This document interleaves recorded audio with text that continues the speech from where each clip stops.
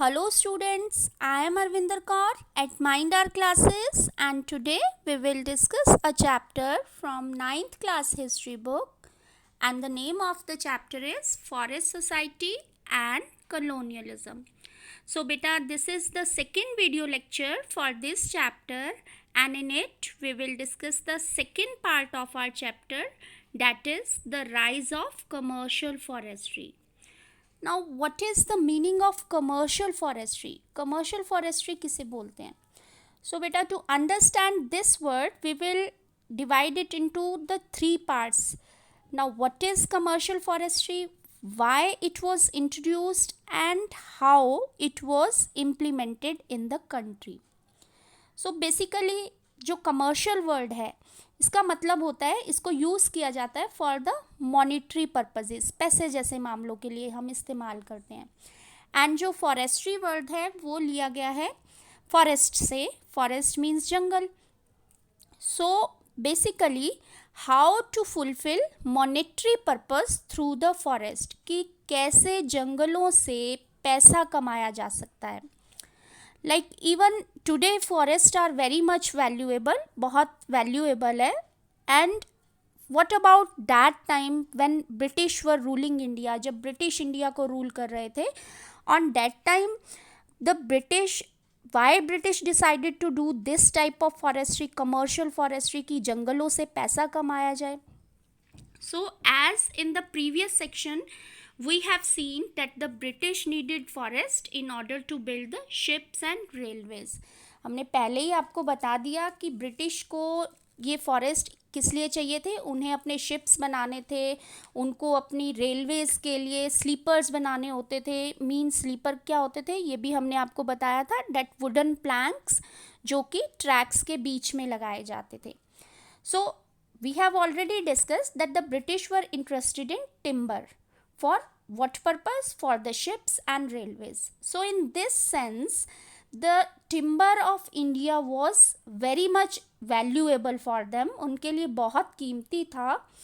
And उन्हें ऐसा लगता था कि फॉरेस्ट ऐसे होने चाहिए जिससे कि उन्हें ज़्यादा से ज़्यादा प्रॉफिट मिल सके. And secondly, the British were worried that the use of forest by the local people and the reckless felling of trees by the traders would destroy the forest. Now, किस बात की चिंता थी उन्हें कि ये जो अब इंडिया में तो बहुत सारी फॉरेस्ट कम्युनिटीज़ थी जो जंगलों में ही जिनकी लाइफ गुजरती थी, जंगल से ही वो सारा सामान लेते थे और उसका इस्तेमाल करके वो जो है वहाँ से वो सारे रिसोर्सेज लेके जाते थे. जंगलों से वुड भी लेते थे फ्यूल के लिए, टिम्बर लेके जाते थे, उनके एनिमल्स भी वहाँ ग्रेज करते थे. तो ब्रिटिशर्स को, वो तो पूरी तरह से डिपेंड थे जंगलों पे, तो ब्रिटिश को लगता था कि ये जो लोग हैं, ये जो फॉरेस्ट कम्युनिटीज़ हैं, ये जंगल को पूरे तरीके से डिस्ट्रॉय कर देंगी. सो दे डिसाइडेड, अब उन्हें तो जंगल अपने प्रॉफिट के लिए चाहिए थे, तो उन्हें क्या चाहिए था कि इन लोगों को जंगलों से दूर करना है. सो उन्होंने डिसाइड किया to invite a German expert Dietrich Brandis, कि एक जर्मन एक्सपर्ट को बुलाया जाए, अब जिसका नाम था डाइट्रिक ब्रैंडिस. उसको इंडिया में बुलाया गया. ये इसको ध्यान से देख लीजिए, ये मिस्टर डाइट्रिक ब्रैंडिस की फ़ोटो है. ये पूरे चैप्टर में आपको बहुत याद आने वाले हैं, कम से कम इस यूनिट में तो बहुत ज़्यादा. सो ये क्वेश्चन भी आपसे पूछ लिया जाता है that who was a Dietrich Brandis, तो सिंपली आप आंसर दे सकते हैं that he was a German expert invited to India by the Britishers. British ने जिसको इंडिया इनवाइट किया था. और क्यों इनवाइट किया था? बिकॉज वो यहाँ पे कमर्शियल फॉरेस्ट्री करना चाहते थे और उसको एडवाइस देने के लिए यहाँ पे बुलाया गया, because he was the expert. तो अब डाइट्रिक ब्रैंडिस जब इंडिया आए तो he was made the inspector general of the forest. उसको इंस्पेक्टर जनरल बना दिया गया यहाँ पे फॉरेस्ट का. अब उन्होंने यहाँ आने के बाद में क्या अपना कंट्रीब्यूशन दिया, क्या क्या किया उन्होंने, इसके बारे में बात कर लेते हैं. सो डाइट्रिक ब्रैंडिस ने इन फॉरेस्ट की मैनेजमेंट का काम संभाला. कैसे मैनेज किया उन्होंने फॉरेस्ट को? नाउ उन्होंने यहाँ आते ही रियलाइज़ किया that a proper system had to be introduce to manage the forest and people had to be trained in the science of conservation.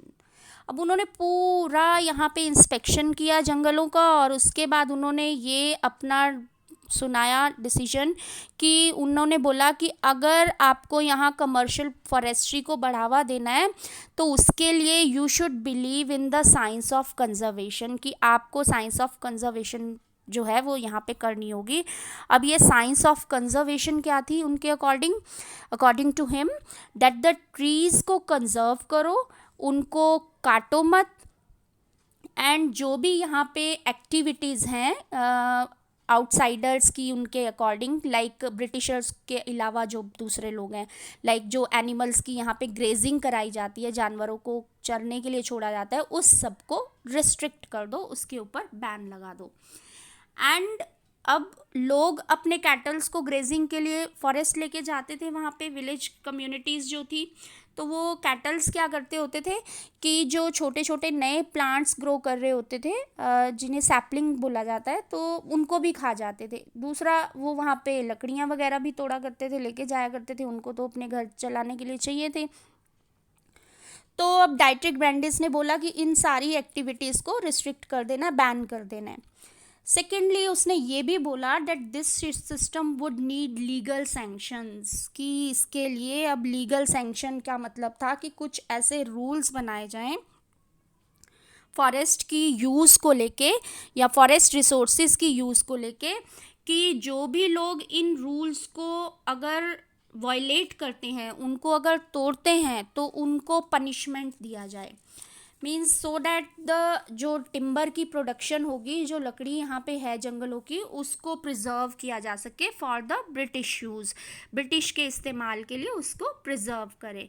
और उसका ये मानना था, मतलब सीधे सीधे वो लोगों के मन में डर पैदा करना होगा। उनका ये मानना था कि अब वो डर कैसे आता है, वो डर आएगा रूल्स बना के, लॉ बना के, कि ऐसे रूल बनाओ कि अगर कोई वायलेट करता है तो उसको पनिश किया जाए। किसी भी तरह का वायलेशन हो सकता था, लाइक कैटल्स को ग्रेजिंग के लिए ले गए या वुड कट करने वहाँ पहुँच गए।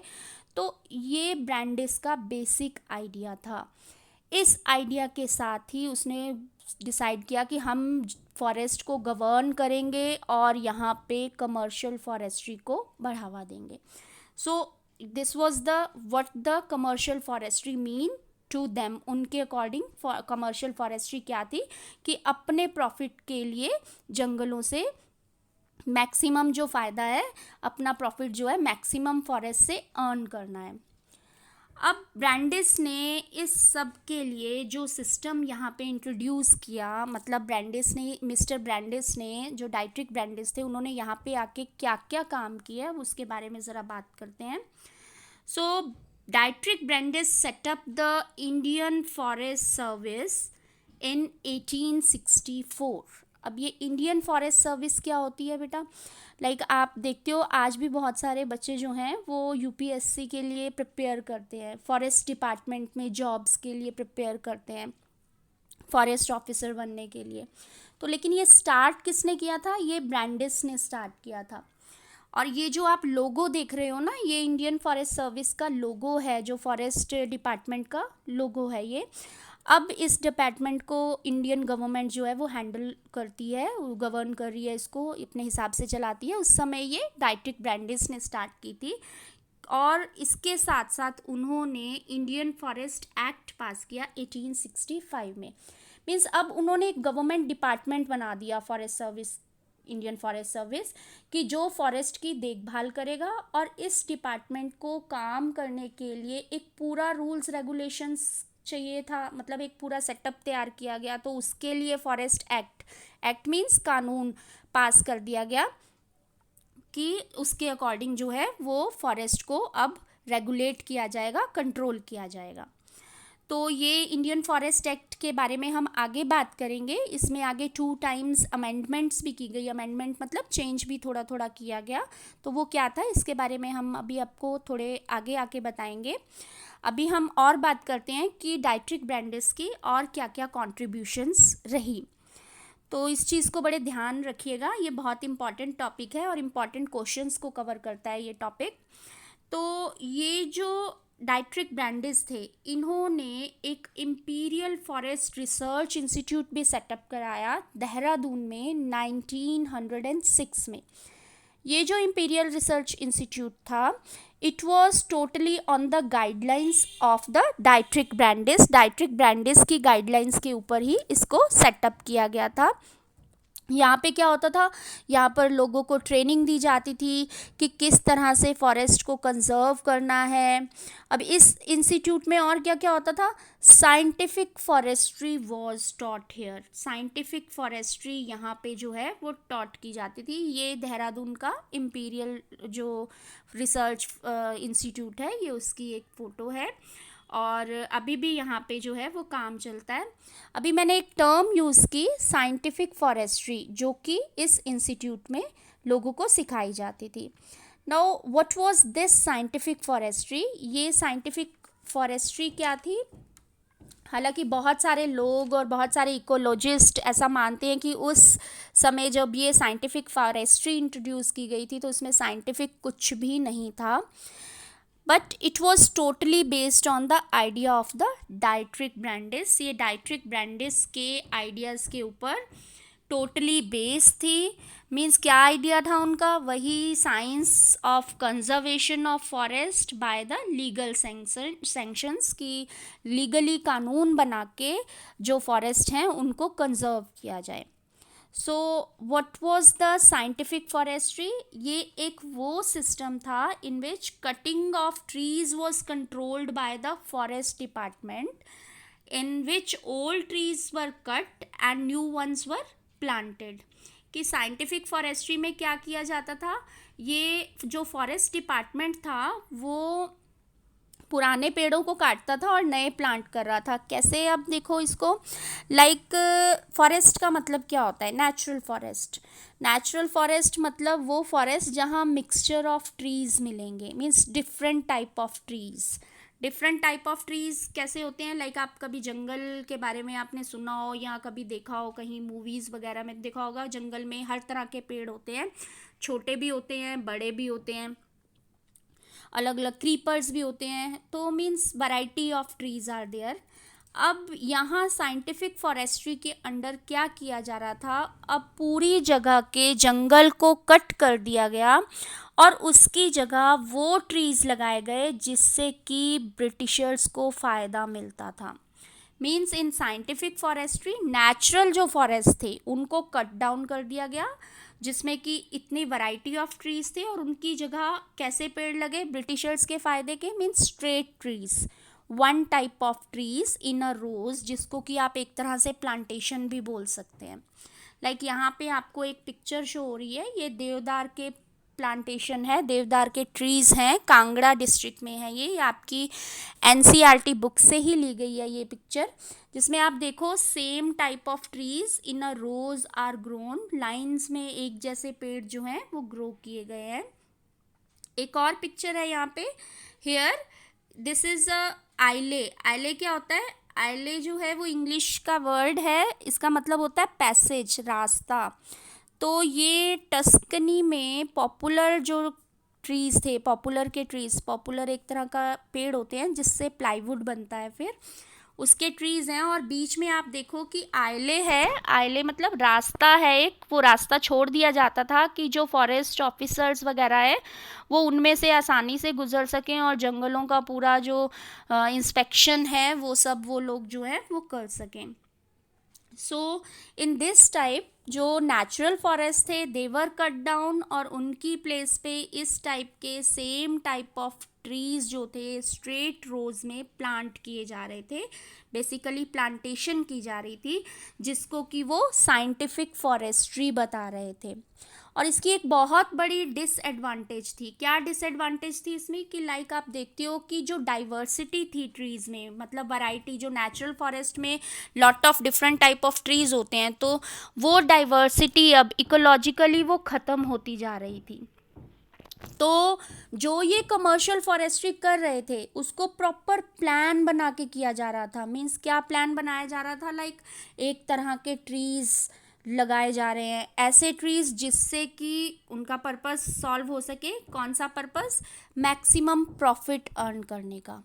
और अब ये प्लान क्या बनाए गए थे, मतलब कि एक तरह के पेड़, उस लकड़ी के वो टिम्बर जिससे कि वो उनके काम आ सके, जिसको कि वो आगे बेच सके। और ये जो फॉरेस्ट ऑफिसर्स होते थे ये प्रॉपरली सर्वे करते थे फॉरेस्ट का।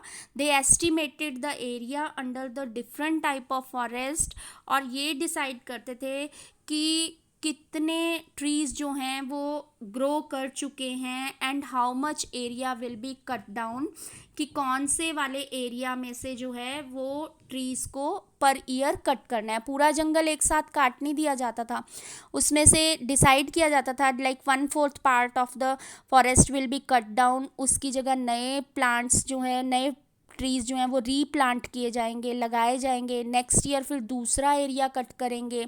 तो इस तरह से इतने टाइम में जो रीप्लांट किए गए हैं प्लांट्स, वो उनको टाइम मिल जाएगा ग्रो होने के लिए। तो इस तरह से एक सिस्टमैटिक प्लान बनाकर सब कुछ हो रहा था, और ये सारा कुछ एक साइंटिफिक वे में हो रहा था। एक जैसे पेड़ लगा के सिस्टमैटिक वे में उनको फिर काटा जाता था प्रॉफिट को मैक्सिमाइज करने के लिए।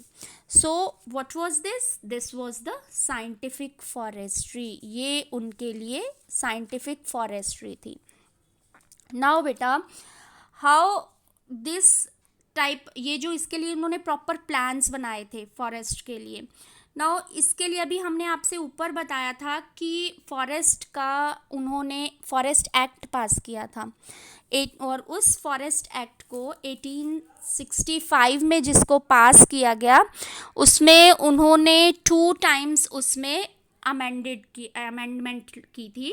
एक बार 1878 में और एक बार 1927 में। Actually it was amended 3 times, 3 बार इसको अमेंड किया गया। लेकिन आपकी बुक में क्योंकि 2 टाइम्स अमेंडमेंट है तो हम आपको पहले 2 बार वो बताएंगे, आपको वही याद रखना है। थर्ड टाइम भी हम आपको बताएंगे आपकी नॉलेज के लिए, तो उसको भी ध्यान में रखना। तो इसमें जो अमेंडमेंट्स की गई उसके अकॉर्डिंग 1878 में इस फॉरेस्ट को 3 कैटेगरीज में डिवाइड कर दिया गया। सारे फॉरेस्ट को, सारे जंगलों को 3 कैटेगरीज में डिवाइड किया गया। अब वो कैटेगरीज कौन कौन सी थी? वो कैटेगरीज थी, एक तो फॉरेस्ट बना दिए गए रिजर्व्ड फॉरेस्ट, फर्स्ट कैटेगरी। अब नाम से ही पता चल रहा है रिजर्व। रिजर्व मीन्स जहाँ पे कि कोई और नहीं जा सकता। मीन्स ये फॉरेस्ट थे बेस्ट फॉरेस्ट, जिनकी वुड ब्रिटिशर्स के लिए मोस्ट इम्पॉर्टेंट थी। इनमें जो कॉमन पीपल थे या विलेजर्स थे उनको जाने की परमिशन नहीं होती थी, वो वहाँ से कुछ नहीं ले सकते थे।